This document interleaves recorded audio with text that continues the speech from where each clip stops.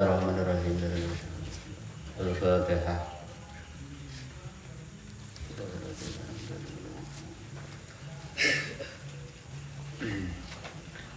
Ya, melanjutkan pembahasan sebelumnya di kitab Hidayatul Hidayah. Sebelumnya kita sudah membahas bahwa Rasulullah berfirman, Rasulullah bersabda, "Man istata ilma wa lam yastad hudan lam yastad minallahi illa hudan." Barang siapa yang dia ilmunya bertambah tetapi petunjuk bagi dirinya tidak bertambah, maka niscaya dia hanya semakin jauh dari Allah. Jadi tugas kita sebagai seorang santri, ya, kemarin kan Ustaz jelas ketika kalian belajar kemudian mendapatkan transfer ilmu dari guru, maka ilmu itu baru disebut sebagai pengetahuan.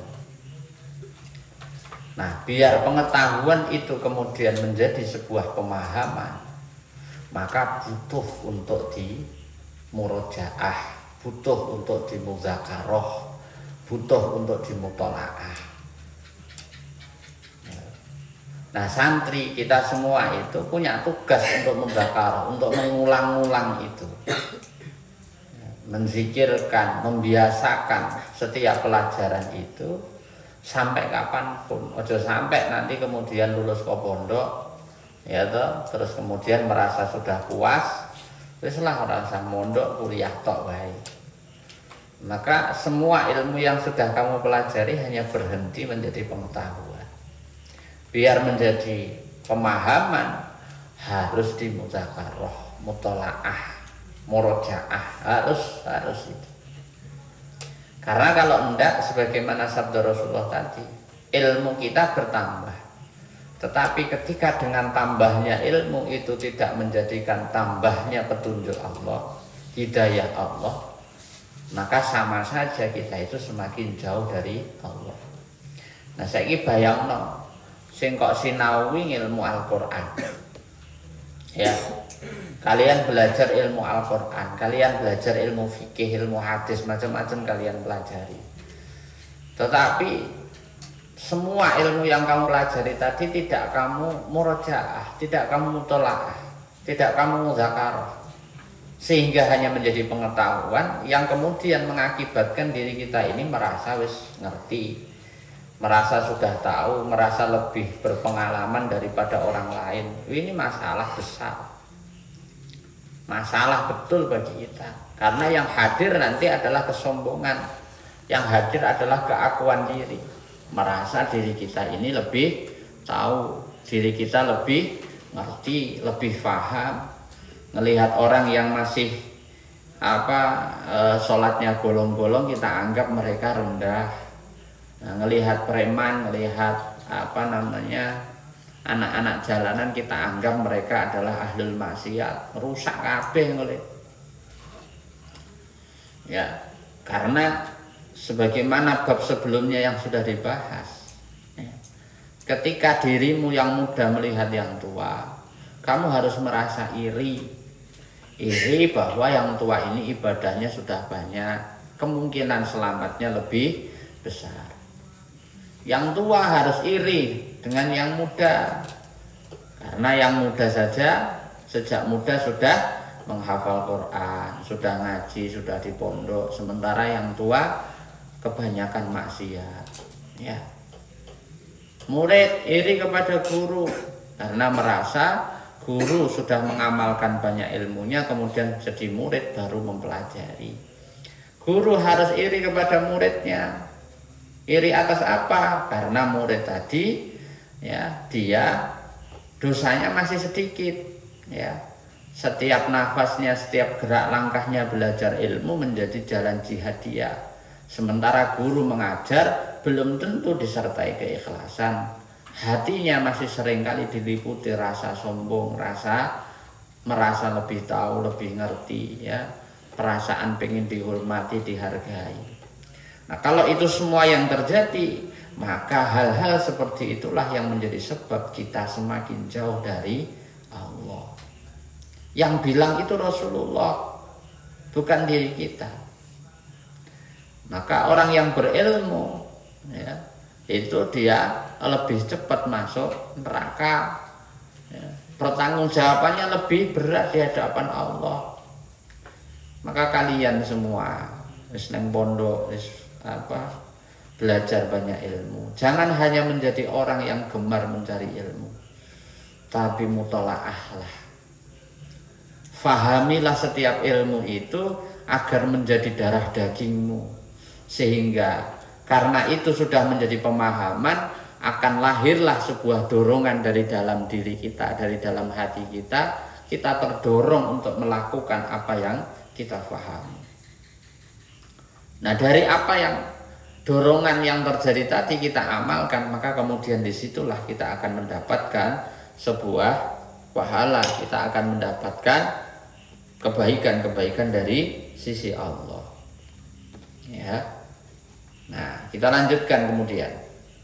Fa iyyaka ya miskinu an tud'ina li taswirihi fayudlika bihabli ghururihi fawailul lil jahili haitsu lam yata'allam marratan wahidan wa wailul lil alimi haitsu lam ya'mal bima alima alfa marrah. Ayat ini memerintahkan kita agar kita ini berwaspada. Waspadalah wahai orang-orang yang sangat membutuhkan pertolongan Allah. Ya, miskin di situ bukan hanya miskin soal harta, tetapi miskin di situ dimaksudkan adalah orang-orang yang membutuhkan pertolongan Allah. Apa yang harus dilakukan? Jangan sampai kita ini tunduk kepada tipu muslihatnya setan. Karena tipu muslihat setan itu akan menjadikan jerat bagi kita. Dan akhirnya kita akan menjadi orang yang celaka, yang bodoh, yang akhirnya tidak mau belajar walau hanya sekali. Ya. Dan kita akan menjadi orang yang punya ilmu tetapi celaka karena tidak mau mengamalkan ilmunya tadi. Ya. Wa'lam anna nasa fi thalabil ilmi salasah.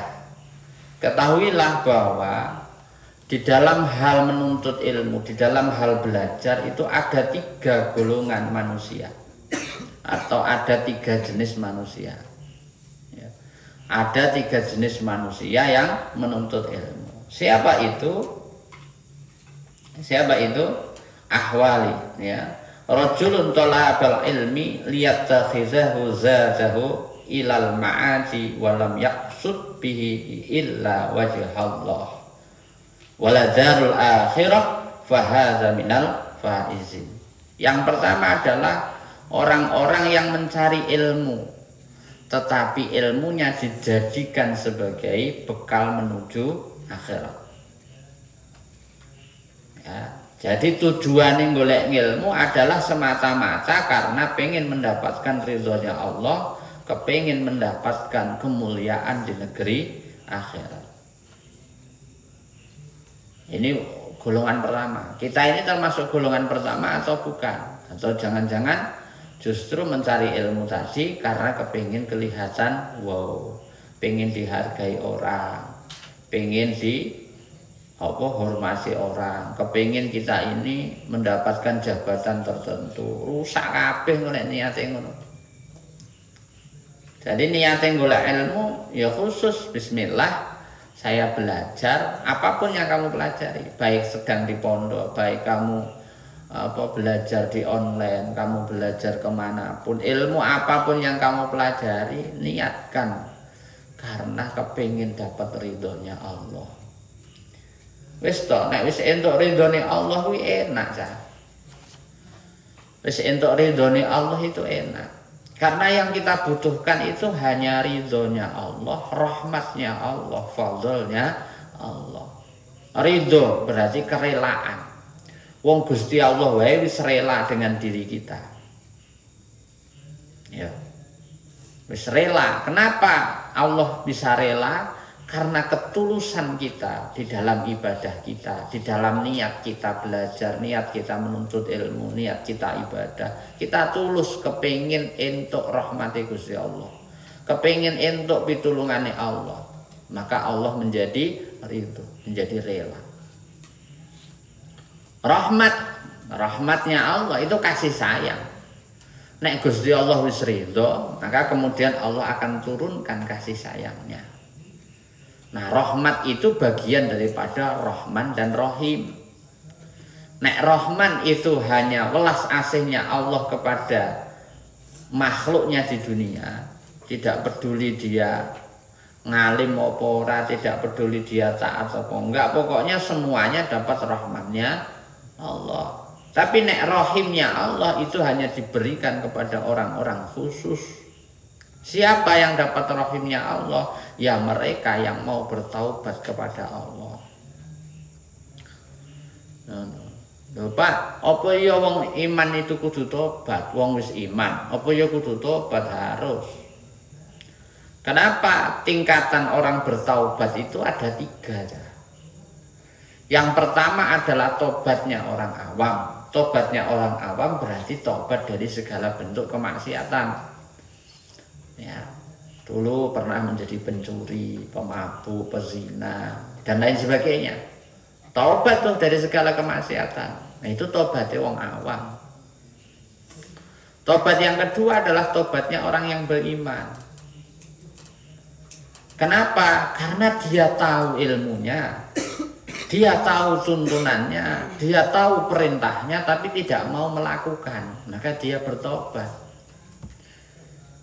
Ya, wis ngerti ilmune kok orang lakoni, dia bertobat. Nah, kemudian tobatnya orang yang khawasul khawas. Dia sudah mengimani, dia sudah menjalankan, tapi masih banyak kelalaian yang ada dalam dirinya. Jadi semua orang di dunia ini selain Rasulullah, semua masih butuh sing jenenge taubat. Ojo sampai kemudian diri kita ini merasa menjadi orang yang mergo wis salat, mergo wis poso karena sudah nyantri, terus merasa menjadi orang yang tidak butuh lagi taubat. Jangan kemudian kita menjadi orang yang beranggapan bahwa taubat itu hanya dibutuhkan, diperlukan oleh orang-orang yang tadinya ahlul maksiat, kepingin mendapatkan hidayah Allah, kepingin belajar ngaji, kepingin belajar sholat, kemudian itu disebut tobat. Tidak hanya itu tobatnya orang awam. Nah, kita santri sholat wis dinyanyi, poso wis dinyanyi, macam-macam sudah kita kerjakan. Tapi tentu masih banyak kelalaian kita, kekurangan kita. Masih banyak perintah-perintahnya Allah yang kita sepelekan, ya, yang kita anggap remeh. Maka yang begitu-begitu itu perlu untuk ditaubati. Ya, mulanya istighfar yang sebelum subuh atau habis subuh, habis maghrib minimal 70 kali itu sudah sampai ditinggal. No. Kenapa? Karena Rasulullah itu sehari, ya, setiap mulai hari, artinya pagi itu Rasulullah senantiasa bertaubat 70 kali. Lah kita umat loh, ngaku umat tapi mau istighfar wae sak karepe dhewe. Ojo. Rasulullah setiap di sepertiga malam istighfar, taubat 70 kali. Itu Rasulullah yang maksum, yang sudah tidak punya dosa, yang jelas surganya, yang jelas tingkatan tertinggi surganya, itu saja masih taubat. Lah kita ini siapa? Nah, ya. Lah taubat itu bertahap, ojo langsung kemudian wis kabeh mulai dari A sampai Z ditobati kabeh. Yo keren nek kowe kuat. Wong nyatane kon poso 40 dina wae padha molet-molet ngono kok. Ya. Maka minimal gini loh, Cah. Misalnya aku perintah, ayo riyadhah 40 hari, ya kan? Nah, kepengin itu kabeh ditobati, harus taubatan nasuha. Tetapi kamu harus punya prioritas dulu. Oh, sekarang ini yang tak tahu batin dulu adalah apa? 1, 2, 3, 4, 5. 3 dosa dulu atau 5 dosa dulu. Itu yang difokus no. Nah, yang sudah merasa nggak begitu punya dosa ya di situ. Misalnya sering lalai ya soal apa jenenge syukur kita kepada Allah ya. Kita sering berterima kasih dulu kepada makhluk daripada kepada Allah ya.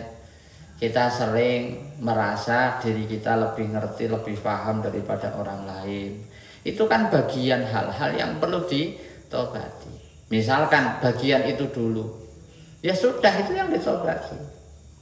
Sehingga itu yang diistighfari, itu yang disadari, itu yang dibenahi dalam diri kita. Sehingga yang tadinya misalkan ketemu orang baru ya, apalagi kayak saya ini kan rawan banget. Misalnya ada tamu ya, atau ada santri baru datang ya, perasaan merendahkan itu kan sangat dominan. Nah, ketika diri ini punya perasaan seperti itu, berarti apa? Berarti ilmuku belum ada gunanya. Maka harus istighfar, maka harus bertobat. Sehingga apa? Ketemu siapapun orangnya, yang bahkan dia nggak bisa baca Quran, yang bahkan mungkin dia nggak pernah sholat sekalipun, ya, yang ada adalah penghormatan, bukan lagi merasa merendahkan mereka. Nah, itu sih mungkin misalnya kayak aku sing tak dandani kuwi, sing tak tobati kuwi. Lah kalian apa? Jadi punyalah prioritas ya. Misalnya 3 bulan ini aku kepengen bertaubat, pengen memperbanyak istighfar karena kesalahanku apa? Disebut no. Itu sing diistighfari, itu sing dibenerin, ya, yang disadarin, kemudian itu yang dibenerin.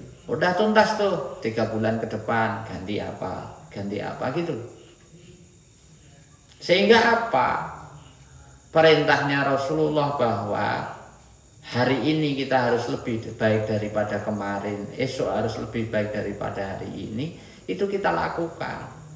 Walaupun belum bisa per hari ada perbaikan, minimal 3 bulan sekali, minimal sebulan sekali, minimal seminggu sekali, kita menemukan penyakit-penyakit yang buruk dalam diri kita, ya, nafsu-nafsu binatang dalam diri kita yang kemudian itu mau kita taubati. Nah, ya. Nah. Kemudian warajulu talaquhu liyasta'ina bihi ala hayatihil ajilah wa yanala bihil izza wal jaha wal mal wa huwa alim fi dzalika mustash'iru fi qalbihi rikakata halihi wa hassisa maqsadihi. Ya. Yang kedua adalah orang-orang yang mencari ilmu untuk dijadikan sarana bagi kepentingan dunianya. Yang dunia ini hanya bersifat sementara. Jadi niatnya golek ilmu adalah untuk meraih kejayaan, kesuksesan, kedudukan, harta, benda, pengen dihargai, pengen dihormati, pengen jadi pejabat dan seterusnya. Ya. Nah, yang demikian itu ya, fi dzalika mustash'iru fi qalbihi rikakatan halihi wa hissati maqsadihi. Orang yang seperti itu adalah orang yang berilmu, tetapi di dalam hatinya dia merasa lebih hebat, lebih ngerti. Ya. Padahal tujuan hidupnya, tujuan belajarnya tadi adalah sebuah tujuan yang sesat. Ya, bayangkan. Jadi kalian sekolah, kamu kuliah, kamu mondok, terus kepingin besok jadi pejabat, terus apa kuliah sarjana S1, jadi guru, jadi itu. Ketika semua tadi adalah hanya urusan dunia, maka tujuanmu yang seperti itu adalah menjadi tujuan yang sesat. Soal kemudian misalnya ini yang mau lulus SMA misalnya, pengen kuliah, nanti kalau sudah lulus kuliah pengen jadi guru, ya boleh-boleh saja cita-cita itu. Tetapi semuanya harus disandarkan kepada Allah. Ojo sampai kemudian pengen jadi guru karena pengen dihormati muridmu. Nek bojo muridmu kepenginmu pada ke rumahmu terus bawa oleh-oleh terus apa ojo ya wis pokoknya belajar ilmu, mau kuliah mau apapun diniati bismillah kepingin mempelajari ilmunya Allah agar kita ini menjadi hamba yang terbaik, agar kita ini mendapatkan ridho Allah, agar setiap langkah kehidupan kita ini dibimbing, dituntun oleh Allah. Titik. Ya. Mulane bolak-balik Bapak ngomong tuh. Nek arep nglakoni apapun senantiasa bacalah ilahi anta maksudi wa ridho kaman rubi. Kalimat itu dibaca kapanpun. Mau melakukan apapun diwoco. Nah, coba tanyakan pada dirimu masing-masing. Dari kalian bangun tidur sampai tidur lagi, berapa kali kira-kira kalimat ilahi anta maksudi wa ridhoka matlubi itu kamu baca? Ayo, berapa kali? Tanyakan pada diri kita masing-masing. Kalau itu saja belum menjadi sebuah kebiasaan bagi kita, berarti selama ini masih banyak aktivitas rutinitas kita yang belum diniati dengan cara yang benar. Maka wajar kalau hasilnya masih mengecewakan. Ya. Jadi mulai bangun tidur, apapun aktivitasnya, ganti baju kayak mau makan, mau apapun lah yang dikerjakan. Apalagi mau belajar ilmu, mau sholat, apapun, mau zikir. Semua niatkan ilahi anta maksudi wa ridhoka matlubi. Ya Allah, aku berniat melakukan kegiatan ini atau tindakan ini hanya karena berharap ridhomu. Titik. Ngonek wis entuk ridhone Allah gampang dah. Gampang. Allah yang akan mengarahkan kita ini akan sukses lewat jalan apa, bagaimana caranya. Terus kemudian wasilahnya siapa, perantaranya siapa, orang yang akan Allah datangkan untuk mendukung kita mencapai impian kita siapa. Itu semuanya sudah Allah atur. Nek niatmu bener. Ya, tapi nek niatmu salah, rusak kabeh. Ya. Fa hadza minal mukhatirina fa in ajaluhu qalbuhu taubah khifa alaihi min su'il khatimah wa baqiya amruhu fi khatalil masyiah wa in wufiqa lit taubati qabla al hululil ajal. Orang yang seperti itu yang niatnya belajar apapun hanya untuk kepentingan dunia, ini terutama orang-orang yang belajar tentang ilmu bisnis. Ya, misalnya kayak aku, kayak Rahmat misalnya belajar tentang ilmu digital marketing. Pengen wong jenenge belajarnya ilmu jualan, ilmu bagaimana bisa jualan online dengan maksimal. Kan pasti kan kepinginnya hasilnya maksimal, jualannya laris, duitnya akeh kan. Tetapi ketika niat kita di awal begitu, wis lah, ojo ngarep-ngarep akan menemukan produk yang winning, akan mendapatkan hasil yang maksimal. Jangan berharap, rusak.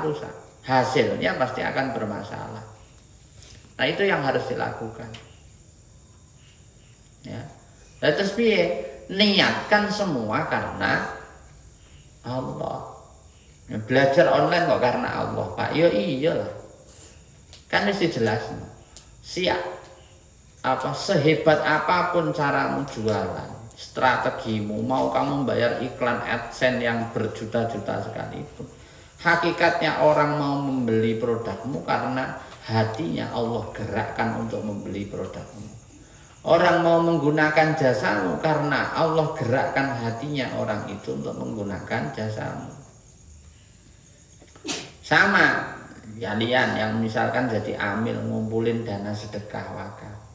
Oh, budal niatmu saya elek kali. Ya nggak akan dapat hasil yang maksimal. Tapi nek niatmu karena Allah kepingin memudahkan orang untuk beramal, amalnya orang itu menjadi sebab kemuliaannya sang donatur, menjadi sebab donatur tadi dimuliakan Allah. Walaupun yang lapangan kamu dicemooh, kamu di ini, insya Allah itu akan bernilai kebaikan yang berlipat ganda. Tapi nek rusak amalmu ya rusak, entukmu ya enggak sepiro, rusak kabeh. Artinya dikatakan fahadza min mukhatirina fa in ajalahu qablatu. Orang yang seperti itu mengkhawatirkan di akhir hidupnya. Jika ia keburu meninggal sebelum taubat, ya, khifa alaihi min su'il khatimah. Maka dikhawatirkan kematian yang menjadi kematian yang su'ul khatimah.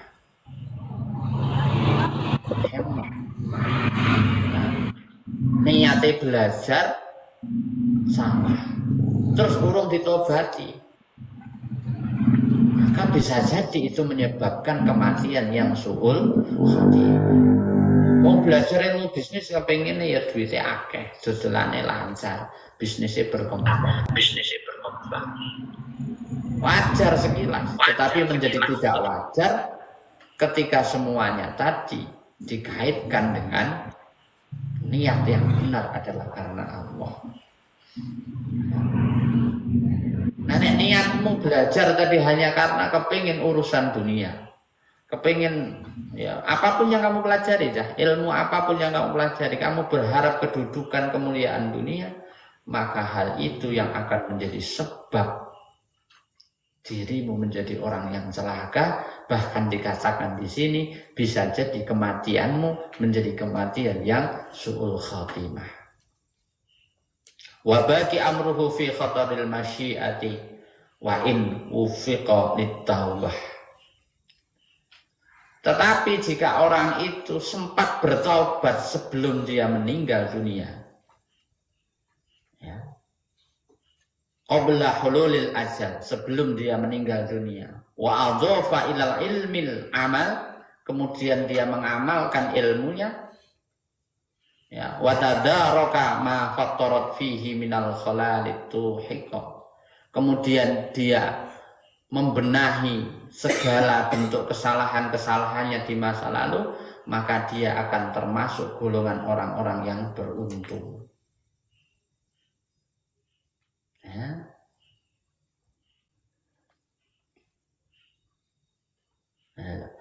Nek sempat tobat, apa minal khalalil ultihiqabil faizin, dia akan menjadi orang-orang yang benar, orang-orang yang beruntung. Nek sempat tobat, nah saiki sing pernah ditobati iki apa balik meneh? Apakah yang pernah ditobati hanya bentuk kemaksiatan kita kepada orang lain, atau termasuk kesalahan-kesalahan, perbuatan-perbuatan zalim kepada diri kita? Mulane bolak-balik Bapak ngomong, ya dah, cah, ya semuanya. Nabi Adam, ya, mbae awake dhewe itu Allah ampuni setelah beliau mengaku zalamna anfusana. Rabbana zalamna anfusana, ya Allah, ya Tuhanku, zalamna, sak temene aku zalim, sesungguhnya aku zalim anfusana, kepada diriku sendiri. Nah, saat beliau berdoa itu tidak hanya sekedar berdoa, tetapi menyadari betapa banyaknya sikap, perilaku, tindakan yang dilakukan oleh dirinya yang imbasnya terhadap dirinya sendiri. Contohnya ini mau. Saat belajar belum diniati karena Allah, tapi niatnya sih karena kepentingan dunia. Lalu itu bagian daripada perbuatan zalim terhadap diri kita. Apa meneh kezalimanmu? Mulane coba nuliso. Ya, dari waktu ke waktu itu tulisan apa saja perbuatanmu yang itu menjadi perbuatan yang kamu anggap sebagai perbuatan zalim terhadap dirimu sendiri. Ya. Nabi Yunus, inni kuntu minal zalimin. La ilaha illa anta subhanaka inni kuntu minal zalimin. Diampuni Gusti Allah, dikeluarkan dari bahaya yang luar biasa, keluar dari perut ikan setelah mengaku dirinya zalim terhadap dirinya sendiri, bukan zalim kepada orang lain. Nah, menungso kuwi secara umum paling gampang kalau dia itu disuruh mencari kesalahan diri kepada orang lain gampang. Tapi untuk menemukan kesalahan diri terhadap diri kita, perilaku-perilaku kita yang imbasnya adalah untuk keburukan diri, itu ora kabeh menungso iso. Ora gampang, butuh penyadaran diri. Ya. Butuh ngaji. Nah, orang ngaji piye carane goleki? Contoh misalnya kayak sore man tak jelasno sithik. Ya, kita wudu tapi hanya baca niat tok. Saat ngusap tangan, ngusap rambut, basuh tangan, basuh kaki, ngusap rambut tidak dibarengi doa. Apakah itu bukan perbuatan zalim? Dari sudut syariat mungkin tidak, tapi dari sudut makrifat menurut saya jelas itu sebuah perbuatan zalim.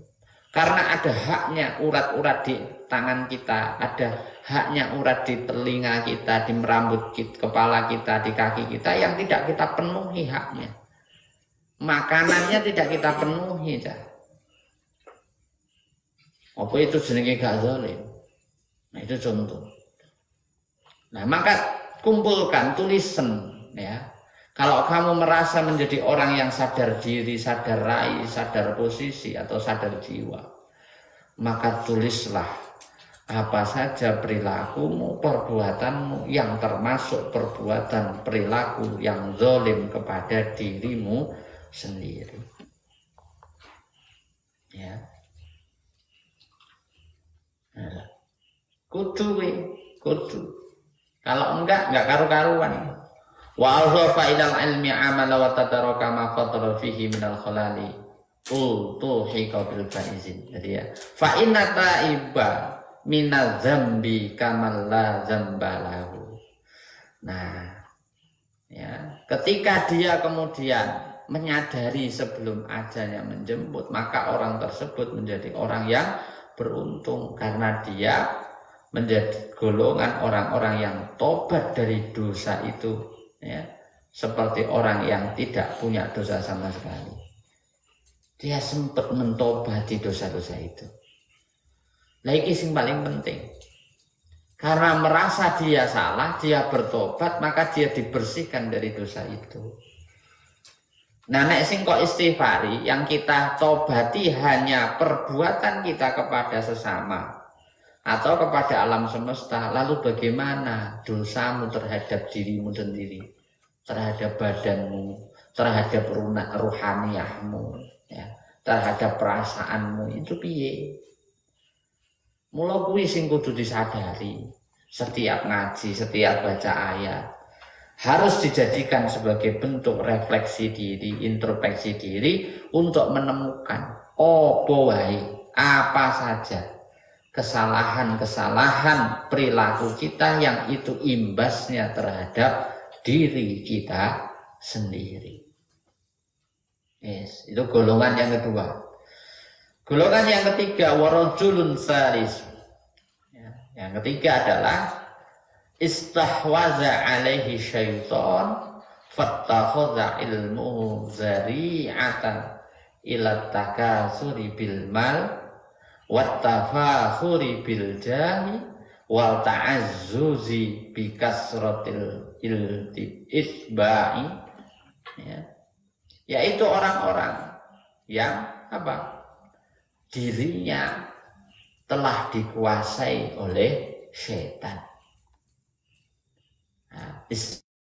Istahwadza alaihi syaitan, dikuasai oleh setan. Sehingga apa? Fattakhadha ilmahu zari'an ila takasur. Dia menjadikan ilmunya ila takasuri bilma. Dia menjadikan ilmunya menjadi jalan, menjadi sebab atau menjadi sarana untuk memperbanyak harta benda. Wattafakhuri biljahi, untuk meraih kedudukan, ya, yang dia bangga-banggakan. Wa ta'azzuzi bi kasratil idba, ya. Kemudian untuk menghimpun banyak pengikut, ya, yang bisa dimanfaatkan, mengumpulkan harta, mendapatkan kedudukan, mengumpulkan pengikut yang bisa dimanfaatkan, ya. Yadkhulu bi'ilmihi kulla madkhali raja'an ayyuqda minad dunya. Dia menggunakan ilmunya dalam setiap kesempatan untuk meraih kepentingan dunia. Wa tarahu wa huwa ma'a dzalika yuzmiru fi nafsihi annahu indallahi bima kanati littisamihi bisimatil ulama. Walaupun yakin dia mempunyai kedudukan yang tinggi di sisi Allah karena merasa dirinya sebagai seorang ulama, ya, bahaya berarti. Iki lho cah bahaya sing dingendikane Rasulullah, ya, yang disampaikan oleh Rasulullah, apa namanya, ya, bahwa manusia yang paling keras siksanya pada hari kiamat adalah orang-orang yang berilmu, yang ilmunya tidak memberikan manfaat, apa yang di dalam ilmunya, ya, Allah tidak memberikan manfaat. Itu nangin karena merasa duwe ilmu, punya ilmu, tapi ilmu tadi hanya digunakan untuk tujuan mendapatkan dunia. Mulanya boleh ngomong, aku ngomong kan, ya, Rasulullah kan ngendikan gaji terbaik adalah dengan mengajarkan Al-Quran. Tapi nek kalian kok ngajar Al-Quran kok niatin golek duit, oh neraka pilih. Nah, ya coba. Jadi misalnya aku ngajari kalian, ngajari tajwid, ngajari apa makharijul huruf, ulumul Quran dan seterusnya. Kok niatku adalah kepingin dapat hasil, kepingin dapat duit dari aku mengajarkan Al-Quran, maka rusaklah dunia akhiratku.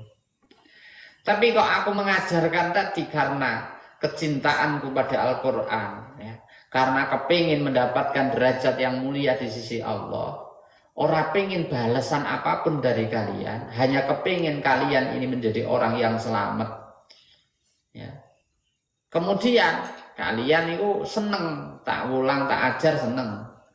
Pas kalian dapat kiriman dari orang tua, kalian berikan sesuatu buat saya. Maka sesuatu yang kalian berikan tadi, mbuh kalian ngasih duit kayak nukokno rokok, kayak nukokno roti atau apa misalkan, maka sesuatu yang kalian berikan itulah hadiah yang terbaik, ya. Nah itu loh pentingnya. Jadi ketika kamu jadi guru, jangan kamu niati kamu nanti ngajar itu karena kepingin gajinya. Terus ngajar ya ngajar aja, menyampaikan ilmunya Allah. Nah karena pondok ini biar tak gawe gratis itu salah satu alasannya yang kono. Saya kepingin siapapun yang terlibat di sini, mungkin tidak banyak orang, tetapi yang ada di dalamnya adalah orang-orang yang ikhlas. Kenapa? Karena saya kepingin minimal dalam hidup ini mencapai derajat mukhlisin. Tidak hanya berhenti menjadi mukminin ataupun muttaqin, tapi minimal menjadi golongan orang yang mukhlisin. Ya. Adapun misalnya Ya kayak wingi aku ngomong kan Bu Fida macam-macam itu. Ya, masakno kalian tiap hari. Kan nggak digaji. Nah, terus saya ditanya, pengen digaji piro? Dia bilang nggak kepengen digaji. Oh ya sudah. Tapi tetap pada akhirnya ya buka kapan waktunya kita kasih duit, kita kasih gaji. Maka gaji itulah yang gaji terbaik. Nah, ya. Karena ini kaitannya perjuangan. Beda misalnya ini kaitannya murni pure bisnis. Ya, ini misalnya Mbak Ayu tak suruh untuk apa namanya kerja sama Om B. Harus jelas hitung-hitungannya gajimu berapa. Jangan kemudian karena di situ kamu kerja jaga warung pagi sampai siang sampai sore misalkan harus jelas gajinya berapa. Soal gaji nanti sudah kamu terima 100% terus kemudian kamu merasa oh kok kebanyakan, oh kok nggak enak, yang separuh kamu kembalikan atau gimana, itu soal lain dan akan bernilai pahala tersendiri. Tapi harus jelas gajinya. Tapi kalau di dalam perjuangan, di dalam mengajarkan ilmunya Allah, maka jangan pernah kita mematok gaji ini dan itu. Karena kalau itu yang terjadi, bahaya. Ilmu ini akan Allah cabut keberkahannya. Sehingga yang akan ada adalah guru hanya mentransfer pengetahuan, bukan mentransfer energi daripada ilmu itu. Maka wajar nek wong saiki kebanyakan orang-orang yang punya ilmu, tetapi kelakuannya semakin hari semakin rusak, nggak karu-karuan. Ya. Tadi ya. Orang yang celaka, orang yang dikuasai setan karena menjadikan ilmu sebagai jalan untuk mendapatkan duit, mendapatkan kedudukan duniawi, termasuk mendapatkan banyaknya pengikut yang pengikut tadi kepingin dimanfaatkan. Jadi guru kan kepingin muridnya akeh. Aku misalnya kan ya kepingin pondok ini santrinya akeh. Tapi kalau tujuanku adalah memperbanyak santri, rusak cak. Nah tujuannya apa adalah ya Allah, datangkanlah hamba-hambamu yang sekiranya engkau perkenankan mendapatkan petunjukmu, wasilah diriku, wasilah teman-teman para pejuang di ma'had ini. Maka Allah yang akan mendatangkan. Tapi nek kita berupaya dengan segala upaya kemudian mengesampingkan semua itu, yang akan ada adalah hanya banyaknya orang, banyaknya murid. Tapi kemanfaatan, kebermanfaatan, keberkahan hilang semua dari situ. Mau jadi apa nanti? Ya. Ini ya. Yadkhulu bi'ilmihi kulla madkhalin raja'an ayyuqda minad dunya. Wa tarahu wa huwa ma'a dzalika yudmiru fi nafsihi annahu indallah bima kana tilittisami bisima'il ulama. Memang dia punya ilmu, dia punya pengetahuan, tetapi menggunakan ilmunya dalam segala kesempatannya untuk meraih dunia tadi, harta, kedudukan, pengikut yang banyak dan lain sebagainya. Walaupun dirinya yakin bahwa aku ini ilmuku dhuwur, amalku akeh, aku ini seorang ulama misalnya, tetap saja dia menjadi orang yang celaka. Bayangkan ya, mulane aku ora pengin diceluk kiai, ora pengin diceluk ustaz, cukup manggil aku bapak, manggil aku kang. Kenapa? Karena saya merasa panggilan-panggilan ustaz, kiai dan seterusnya tadi menjadi sebuah panggilan yang kemudian menjadi beban dalam diri ini. Jangan sampai aku ini merasa, diri ini merasa menjadi seorang, karena wis ngopeni santri, ngurusi santri banyak, kemudian merasa aku ini ustadz, aku ini kiai. Padahal yang tak lakukan semua hanya untuk urusan dunia. Betapa celaka berkali-kali lipatnya diri ini nek menjadi orang yang seperti itu. Apakah sekarang orang yang seperti itu banyak? Banyak. Di luar sana banyak orang-orang yang seperti itu. Baru hafal Quran, Muhammad atau Ahmad Himau Dardiri Himawan Al-Hafiz. Al-Hafiz pokok kabeh to lele. Wong jare apa 30 juz sing lancar 1 juz setengah. Liyane ganti juz tomat, juz mangga, juz macam-macam. Gelar Al-Hafiz mau buat apa? Biarkanlah orang mengenal kita menjadi orang biasa. Biarkanlah orang menganggap kita bukan hafiz Quran, bukan orang yang beragama. Biarin. Justru insya Allah ketika kita ikhlas menerima anggapan-anggapan itu yang akan menjadikan sebab keselamatan kita. Benar. Orang satu. Siapa jenengmu Budi siapa Bu? Budi Setiawan Al-Hafid. Kok aku ngerti kapan-kapan jenengmu tambah Al-Hafid. Tak terus Al-Kopat Kapit ya. Bahwa Quranmu bermanfaat, hafalan Quranmu bermanfaat untuk menyelamatkan orang tuamu, iya. Tapi bagi dirimu sendiri belum tentu. Ketika kamu tidak mampu menjaga hatimu sendiri. Ini loh yang luar biasa. Jadi kalian apal Quran, hafid Quran, jelas wong tuamu untuk kemuliaan. Tapi belum tentu itu menjadi sebab kemuliaan untukmu. Ketika kamu tidak mampu menjaga hatimu, ketika kamu akan hanya menjadikan apalanmu tadi sebagai jalan, sebagai cara untuk kamu mendapatkan dunia. Hati-hati di situ. Ya. Wa tarasumihi birusumihim fi zayyi wal mantiki ma'a tagalubihi ala dunya zahiran wa batinan. Padahal walaupun dia sudah mengaku menjadi seorang ulama, tetapi semua itu hanya dari segi penampilan dan ucapannya. Adapun zahirnya, batinnya, dia rakus terhadap urusan-urusan dunia.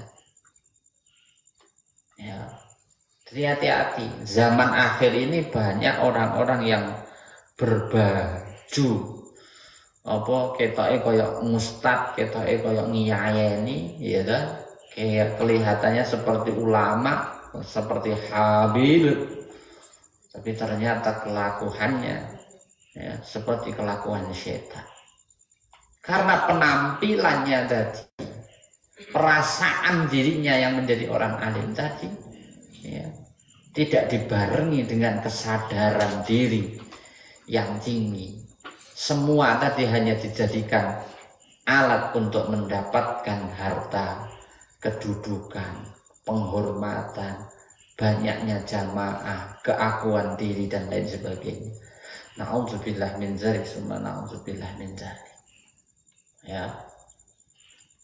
Itu sampai ada sama Kalimantan ini niate terus apa jenenge kepengen jadi pengasuh apa pondok pesantren apa ya. Ya ketika kemudian cita-citanya kepingin nanti diriin pesantren di Kalimantan, keren baik. Tapi jadikan itu adalah sebagai akibat dari upaya kita, bukan menjadi satu tujuan. Ya, lah nih bolak-balik aku ngomong ke adikku, lo kamu pulanglah, gitu kan? Ponorogo wis ngurusono pondok, tampuk kekuasaan pengasuh pesantren tak serahkan kalian. Aku iki ora usah jadi pengasuhan. Nunggu Fuad, ya sik suwe kan, ya, minimal kuliah masih 4 tahun lagi dan lain sebagainya. Ya paling enggak kan masih 6 tahun atau 8 tahun ke depan. Baru tampuk kekuasaan pengasuh iso tak apa jenenge limpahkan. Tapi nek adikku sekarang mau pulang langsung tak serahno wis.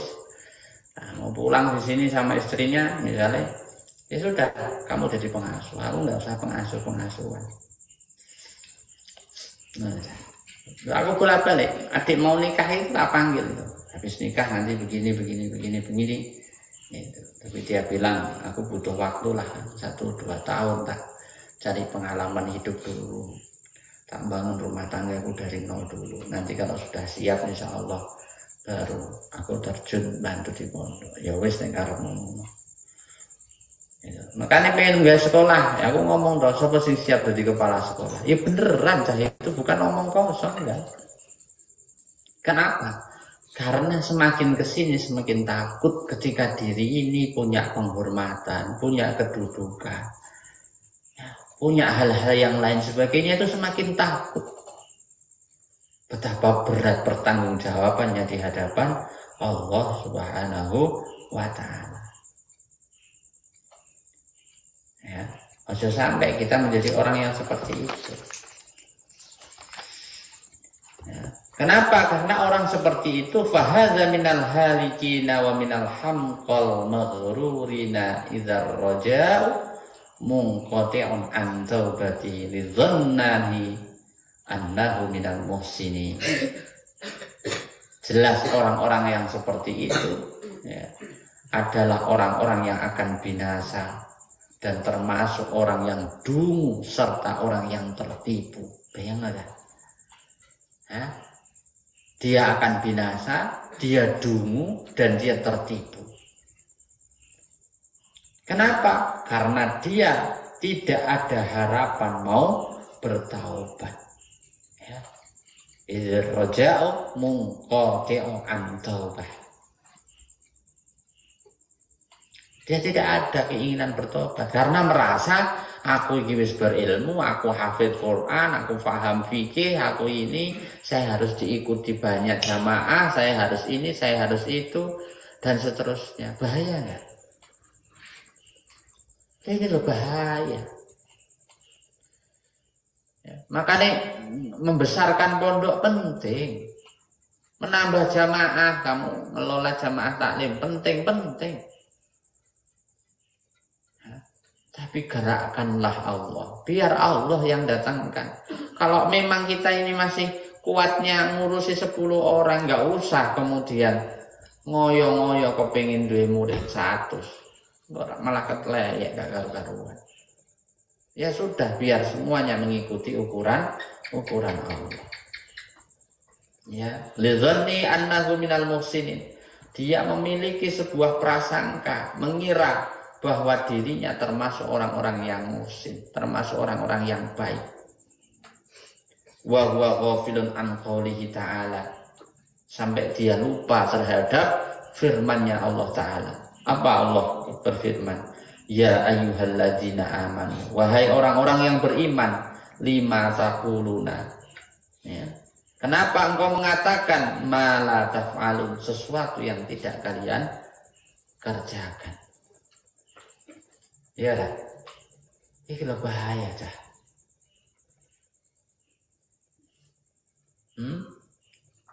Wa huwa mimman qala fihim Rasulullah sallallahu alaihi wasallam. Dan dia menjadi bagian orang yang disinggung di dalam sabdanya Rasulullah sallallahu alaihi wasallam. Apa kata beliau? Ana min khairid dajjali akhwafu alaikum minad dajjali. Aku sangat mengkhawatirkan kalian, kata Rasulullah, terhadap dajjal yang bukan dajjal. Rasulullah yang ngendikan, aku mengkhawatir kalian terhadap dajjal yang bukan dajjal. Ya. Min ghairi dajjal. Akhwafu alaikum minad dajjali. Ya. Jadi sesuatu yang bukan dajjal. Kemudian faqila, kemudian salah seorang sahabat bertanya, faqila, wa ma huwa ya Rasulullah? Ya, siapakah dia ya Rasulullah? Maka kemudian faqala, maka kemudian Rasulullah menjawab, ulama usul, yaitu ulama-ulama yang buruk, yang busuk, ulama-ulama yang jelek, bukan jelek orangnya, kelakuannya, perilakunya. Jadi kita dah, sing ora enteng iku nang kono. Jadi guru, pemenang pengasuh pondok itu yang tidak berat di situ, yang paling berat di situ. Kalian tak suruh riyato, aku gelem riyato ndak. Kalian tak suruh zikir malam, tak suruh, aku mau nggak ngerjain. Kalian tak suruh rendah hati, mau ndak aku rendah hati. Kalian tak suruh sadar diri, mau ndak aku menyadari diriku. Apa hanya bisa perintah doang, karena merasa ilmuku sudah jauh di atas kalian. Ketika perasaan itu yang ada, maka bisa jadi diri ini bagian dari orang-orang yang dikhawatirkan Rasulullah tadi. Ya. Khawatir terhadap seseorang ya, yang dia dajjal tapi bukan dajjal. Artinya apa? Dia makhluknya ini dia bukan dajjal tapi perilakunya kayak dajjal, enggak maksudnya? Nah, itu ulama-ulama yang buruk perilakunya, yang menjadikan pakaiannya, pengetahuannya, derajatnya, ketenarannya hanya dijadikan sebagai alat untuk menggapai urusan dunia. Ya.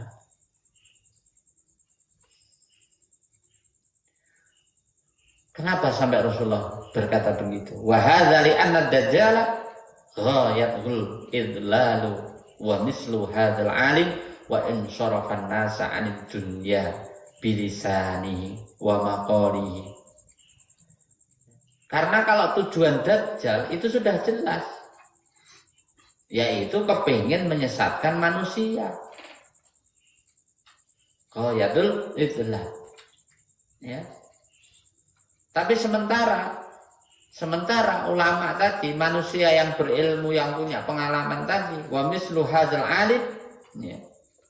Sementara orang yang alim, orang yang punya ilmu, wa in sarafan nas, ya, anid dunya. Walaupun lisannya mengajak manusia untuk berpaling dari dunia, wa maqalihi, ya, fahuwa da'in lahum ilaiha bi a'malihi wa ahwalihi wa lisanal hali afsahu min lisanil maqali wa tiba'un nasi ilal musa'adah. Walaupun lisannya dia mengajak untuk meninggalkan dunia, tapi dia juga mengajak mereka kepada manusia melalui perbuatan tingkah lakunya. Tauladannya ngomongnya ojo ngitor dunia, tapi perilakunya masih ngejar dunia. Artinya apa? Bahasa yang diucapkan dengan sikapnya begitu berbeda. Bahasanya fasih daripada lisannya. Ya. Karena di situ dikatakan bahwa manusia yang seperti itu dia cenderung menyaksikan tindakan nyatanya daripada memperhatikan kata-katanya. Fil a'mali am yahu ilaiha minal mutaba'ati fil aqwa. Yes, ya. Itu sing kudu diingati-ingati dah.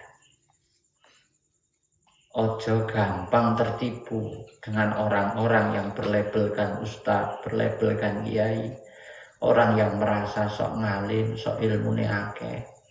Ya. Jangan gampang kita tertipu dengan mereka. Tapi satu sisi juga kalian nanti misalkan 8 tahun nang pondok, lulus kuliah, sarjana dan seterusnya, kamu juga hati-hati. Jangan jadi orang yang merasa sudah banyak pengetahuan, banyak ilmu, tetapi kamu menganggap orang lain rendah, lebih rendah daripada dirimu. Menganggap orang lain lebih tidak ngerti daripada dirimu. Menganggap dirimu sudah suci, dirimu sudah benar, sikapmu, perilakumu, keputusan-keputusan hidupmu selalu benar.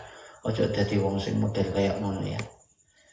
Ingat, ketika kalian merasa seperti itu, maka sesungguhnya kalian mendekati jalan celaka yang sesungguhnya. Semoga Allah Subhanahu wa Ta'ala merawat, menjaga diri kita dari segala bentuk ya, kesombongan, keakuan diri, atas ilmu dan pengetahuan yang kita miliki. Barakallahu lakum fi ta'allumil kitab. Alhamdulillahirabbil alamin.